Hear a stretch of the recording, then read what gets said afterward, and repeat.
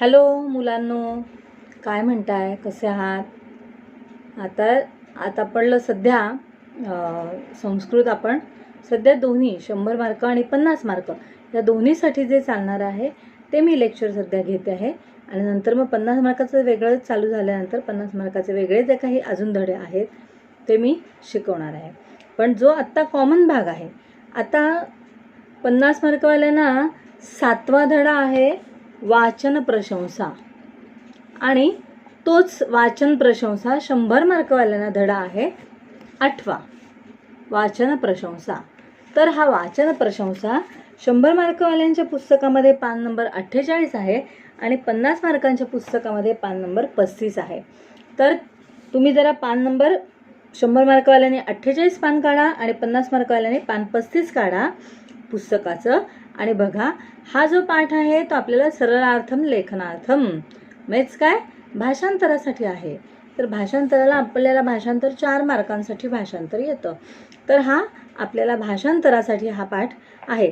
आणि आता वाचन प्रशंसा, प्रशंसा म्हणजे काय रे, की कौतुक, स्तुती. तर वाचन प्रशंसा, वाचनाची स्तुती. मग वाचन हे नेहमीच आपल्याला कसं आहे, अतिशय महत्त्वाचं आहे. तर वाचन केल्यामुळे आपण बघा, एक म्हण आहे आपल्याला, वाचाल तर वाचाल असं म्हणतात. तर वाचाल तर वाचाल ह्या दोन वाचालचे अर्थ बघा वेगळे आहेत. पहिला वाचाल याचा अर्थ आहे की वाचन करणं, आणि दुसरं वाचाल म्हणजे या जगामध्ये किंवा या सर्व जे आपल्याला पुढे आयुष्य आहे या आयुष्यातून तुम्ही चांगल्या पद्धतीने तरुण जाल, चांगले व्यवस्थित तुम्ही शिकून ज्ञान घेतलं, वाचन केलं म्हणजेच अभ्यास केला तर तुम्हाला चांगला फायदा होईल आणि आयुष्यात तुम्ही मोठ्या चांगलं आयुष्य तुम्हाला प्राप्त होऊ शकतं. यासाठी वाचन प्रशंसा म्हणून हा धडा आपल्याला आहे. बघा मी त्याचं डॉक्टर APJ अब्दुल कलाम महोदय मिसाईल मॅन इति बिरुदेन ख्यातः. आता तुम्हाला माहिती आहे की मिसाईल मॅन म्हणून डॉक्टर अब्दुल कलाम यांचं ज्ञात आहेत हे आपल्याला. तस्य जीवने तेन छात्राणां शैक्षणिक विकासार्थम नैके यत्नः कृतः. त्यांच्या जीवनामध्ये, त्यांच्या आयुष्यात त्यांनी काय केलं, विद्यार्थ्यांसाठी शिक्षणाचा चांगला विकास होण्यासाठी अनेक प्रयत्न केले विद्यार्थ्यांसाठी. तर 15 ऑक्टोबर इति तस्य जन्मदिनं वाचन प्रेरणा दिवस रूपेण आचर्यते. आता 15 ऑक्टोबर हा त्यांचा जन्मदिन आहे आणि तो आपण वाचन प्रेरणा दिवस म्हणून साजरा केला जातो. विविधानां ग्रंथानां लघुग्रंथानां वृत्तपत्राणां वाचनेन मनुष्ये के गुणाः विकसिताः भवन्ति इत्यादयः विषयाः पद्येस्मिन् वर्णिताः सन्ति. मग या पद्यरूप आहे हे, या पद्यामध्ये काय वर्णन केलेलं आहे, तर जीवनाच्या वेगवेगळ्या टप्प्यावरती आपल्याला वाचनाचं महत्त्व सांगणारा असा हा श्लोक. तर कसं आहे, तर आपल्याला कसं माणसाच्यात विकास कसा होईल, या सगळ्या गुणांचा माणसाने आपल्याला वाचनाचा कसा उपयोग करून घेता येईल, हे वाचन आपल्याला कुठल्या कुठल्या काळामध्ये, बालपणात कसं असतं, तरुणपणात कसं असतं, वृद्धपणात कसं असतं, हे शेवटच्या श्लोकामध्ये आपल्याला स्पष्ट केलेलं आहे. तर हे जे आहेत आपल्याला ते पाठांतरपेक्षा सरलार्थम लिखनार्थम म्हणजेच काय, तर आपल्याला भाषांतर लिहिण्यासाठी ह्याचा हा पाठ आपल्याला आहे. तर हे 4 मार्कांसाठी येतं भाषांतर. बघूया आपण. शीलं सद्गुण संपत्ती ज्ञानम विज्ञानमेव च उत्साहो वर्धते येन वाचनम तदहितावहम. कसं आहे हे वाचन, कसं हितावह वाचन जे आहे ते कसं आहे. शीलम म्हणजे चारित्र्य, शील म्हणजे चारित्र्य. सद्गुण संपत्ती, सद्गुण म्हणजे चांगले गुण, आणि संपत्ती म्हणजेच सद्गुण हेच आपली संपत्ती आहे. ज्ञान विज्ञान, उत्साह आपला उत्साह, आणि वर्धत म्हणजे वाढणे, आणि हितावह हितावह म्हणजे कसं, हितकारक, आपल्याला एखाद्या गोष्टीमुळे कल्याण करणारं. हितावह म्हणजेच कल्याण करणारं, त्याला संस्कृतमध्ये कल्याणकारकम असा पण समानार्थी शब्द आहे. तर मग याचा अर्थ काय होतो की ज्यामुळे चारित्र्य, सद्गुणरूपी संपत्ती, ज्ञान, विज्ञान याचप्रमाणे आपला उत्साह वाढतो, ते वाचन कसं आहे, हितकारक आहे. हा याचा सरलार्थ आहे. तर आता आपल्याला इथे संधिविग्रह दिलेत, प्रत्येक श्लोकाचा संधिविग्रह दिलेला आहे, अन्वय दिलेला आहे. तर या प्रकारे आपल्याला सरळ अर्थ लेखनासाठी आपल्याला शब्दांचे अर्थ माहिती असले पाहिजे आणि आपल्याला ते नीट लिहिता आलं पाहिजे व्यवस्थित चांगल्या भाषेमध्ये. मी तुम्हाला याचा फोटो पाठवीन परत, की मग त्याचं तुम्हाला भाषांतर नीट लिहून घेता येईल. ठीक आहे. आता दुसरा श्लोक बघा. म्हणजे वाचनामुळे काय होतं, तर माणूस चांगला चारित्र्य संपन्न होतो, माणसात सद्गुण वाढीला लागतात, ज्ञान विज्ञान माणसाचं वाढतं आणि उत्साह वाढतो. म्हणून हे वाचन केल्यामुळे ह्या सर्व गोष्टी इतक्या फायदेकारक आपल्याला होत असतात. त्यामुळे वाचन हे हितकारक असं आहे. आता दुसरा श्लोक. मनुजा वाचनेनैव बोधन्ते विषयान् बहुन् दक्षा भवन्ति कार्येषु वाचनेन बहुश्रुतः. बोधन्ते म्हणजे समजते, लक्षात येते. बहु म्हणजे पुष्कळ. नंतर दक्षा म्हणजे कसं, सावध असणं. तर एखाद्या गोष्टीत प्रवीण असणं, सावध असणं, कार्यक्षम किंवा तरबेज आपण त्याला म्हणतो असणं. आणि बहुश्रुत म्हणजे कसं, बहुश्रुत याचा अर्थ विद्वान, किंवा जर बहु आणि श्रुत असं वेगळा अर्थ जर घेतला तर बहु म्हणजे पुष्कळ लोकांनी ऐकले आहे असा होतो त्याचा अर्थ शब्दशः. पण म्हणजेच काय, ज्याची कीर्ती लोकांपर्यंत पोचली असा म्हणजे कसा, विद्वान माणूस. म्हणजे थोडक्यात काय, वाचनामुळे माणूस विद्वान होतो, पंडित होतो. तर आता काय त्याचा अर्थ बघा, की वाचनामुळे माणसं पुष्कळ विषयांचं ज्ञान मिळवतात. बहु विषयां बघून पुष्कळ विषयांचं ज्ञान मिळवतात आणि काय होतात, तीच बहुश्रुत बनतात. म्हणजेच आपल्या वाचनामुळे ती आपापल्या कामामध्ये तरबेज, चतुर, प्रवीण अशी होतात. म्हणून मग वाचन कसं आहे बघा, आपल्याला हितकारक आहे. म्हणून आम्ही सारखं सांगतो तुम्हाला की वाचा रे मुलांनो, वाचन केलं तर तुमच्या चांगलं लक्षात राहील. तर असा हा श्लोक आहे. तर आपण तिसरा बघूया श्लोक काय आहे तो. वाल्मिकी व्यास बाणाद्यः प्राचीनः कवी पंडितः तान् शिक्षयन्ति सततं ये सदा वाचने रतः. आता बघा, तुम्ही वाल्मिकी नाव ऐकले, व्यास ऐकले, बाण ऐकले. हे कोण आहेत, प्राचीन कवी किंवा पंडित लोक आहेत. आणि असे पंडित लोक जे आहेत ते काय सांगतात, तर आपल्याला सांगतात की सतत तुम्ही वाचनात घडलेले असाल. म्हणजे जे लोक वाचनात घडलेले असतात किंवा सतत वाचन करतात त्यांना हे पंडित किंवा कवी मार्गदर्शक ठरत असतात, हो की नाही.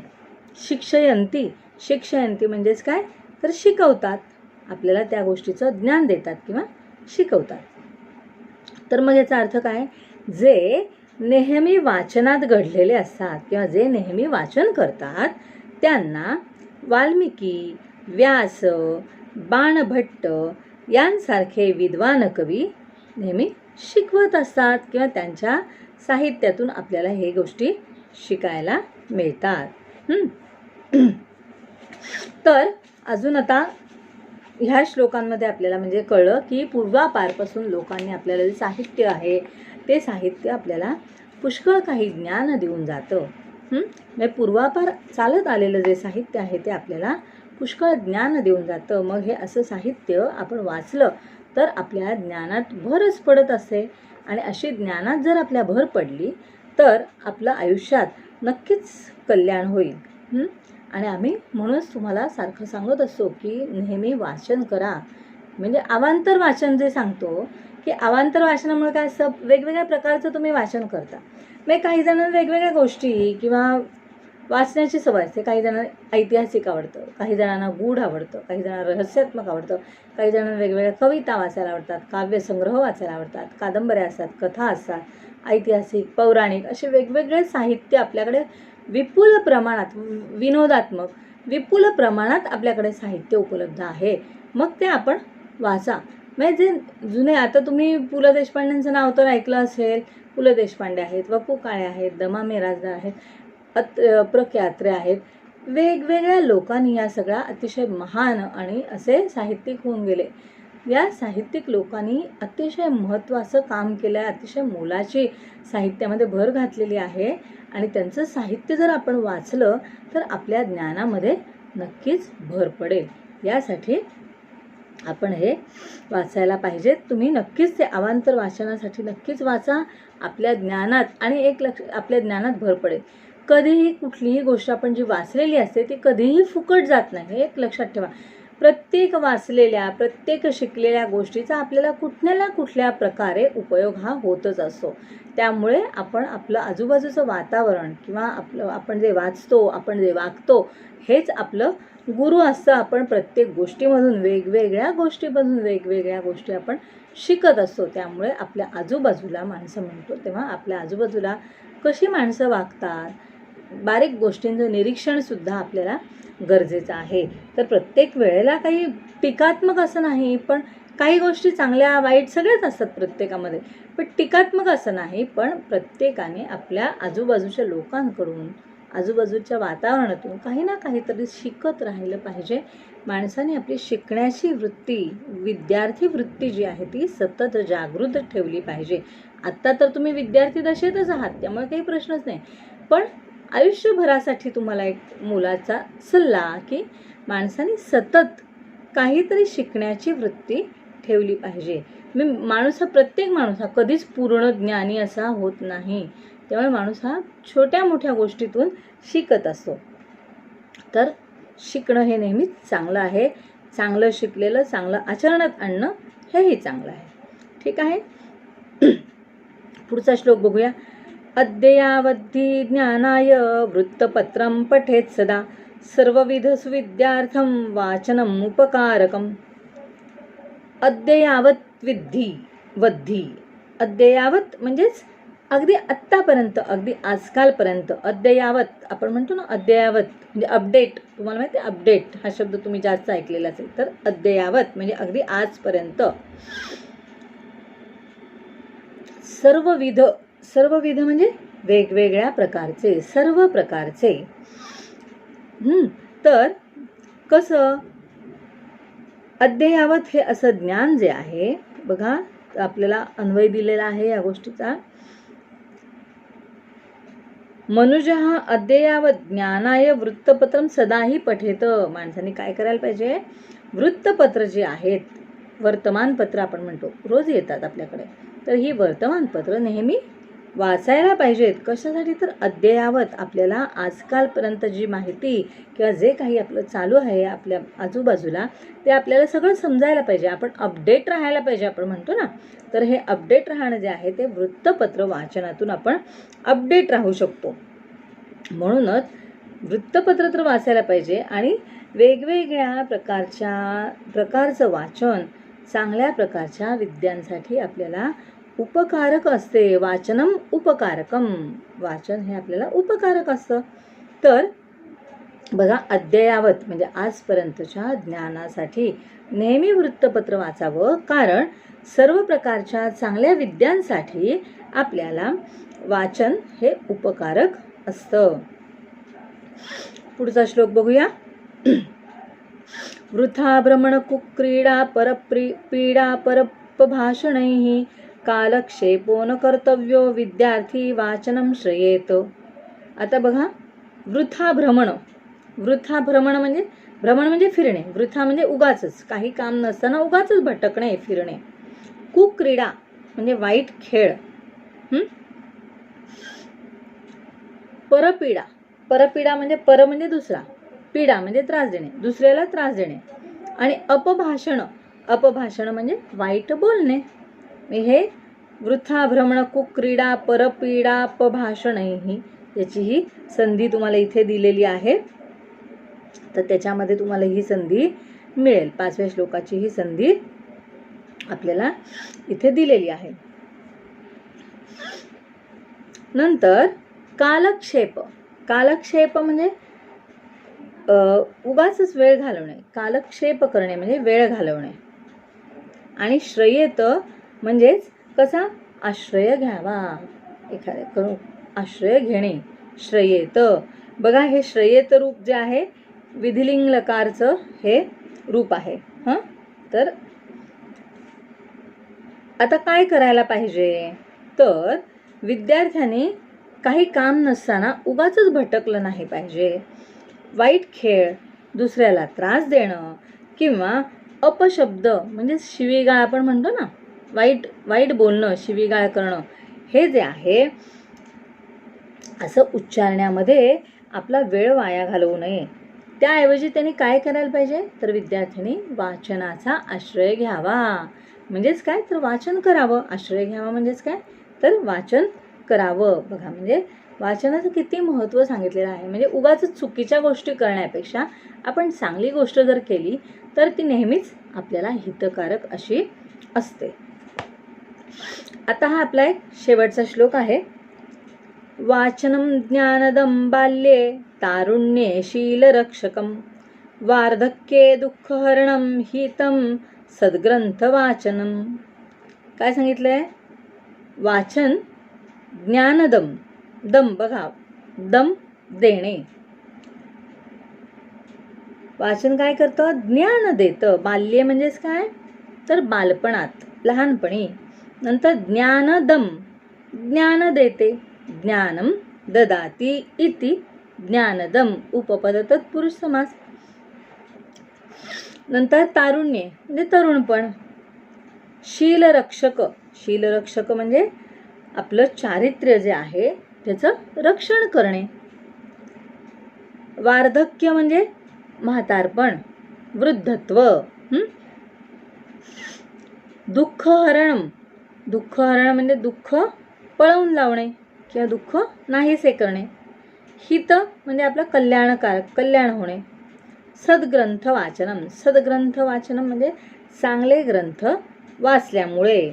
मग चांगले ग्रंथ वाचल्यामुळे काय काय होतं, तर वाचन जे आहे ते लहानपणी आपल्याला काय असतं, ज्ञान देणारं असतं. तारुण्यामध्ये आपल्याला चारित्र्याचं रक्षण करणारं असतं. आणि म्हातारपणी आपल्याला दुःख घालवणारं असतं. आणि चांगल्या प्रकारचं वाचन हे नेहमीच हितकारक असं असतं. म्हणजे वाचन प्रत्येक वयामध्ये माणूस वेगवेगळ्या प्रकारचं वाचन करतो. लहानपणी कशा आपल्याला बघा, लहानपणी आपण काय करतो, लहान लहान गोष्टी वाचतो, हो की नाही.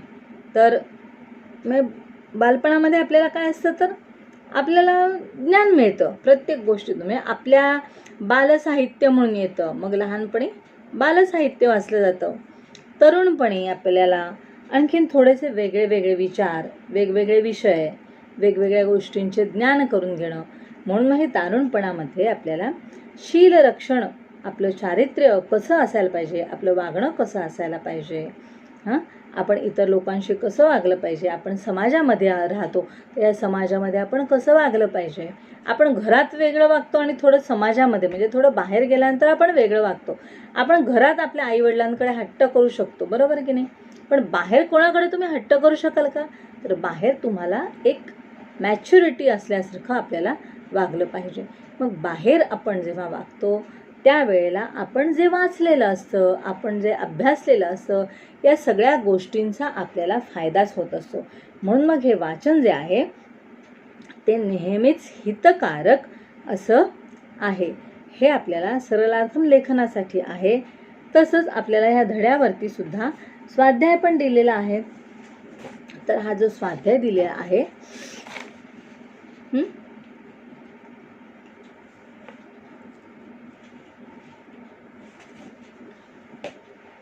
या स्वाध्यायामध्ये स्वाध्यायाच्या खाली एक पठत बोधत, हे पठत बोधत म्हणून एक दिलेलं आहे. तर ह्या पठत बोधत मध्ये काय दिलंय बघूया आपण जरा. पठत बोधत मध्ये पठनस्य दोषाः, लगेच त्याच्याच पुढच्या पानावरच आहे हा, 49 आणि 50 मार्कवाल्यांच्या पान 36 वरती. तर असे 2 छोटे श्लोक दिलेले आहेत आपल्याला. पठनस्य दोषाः म्हणून म्हटले. आता पठनस्य दोषाः म्हणजे वाचनातले दोष. काय म्हणतो, काय दिला हा श्लोक बघूया. गीती शीघ्री शिरः कंपी यथा लिखित पाठकः अनर्थज्ञोल्पकंठश्च षडेते पाठकाधमः. आता बघा ह्याच्यामध्ये कसं म्हटलंय. गीती, गीत म्हणजे गाणं म्हणणं, शिर म्हणजे डोकं, कंप म्हणजे हलवणे,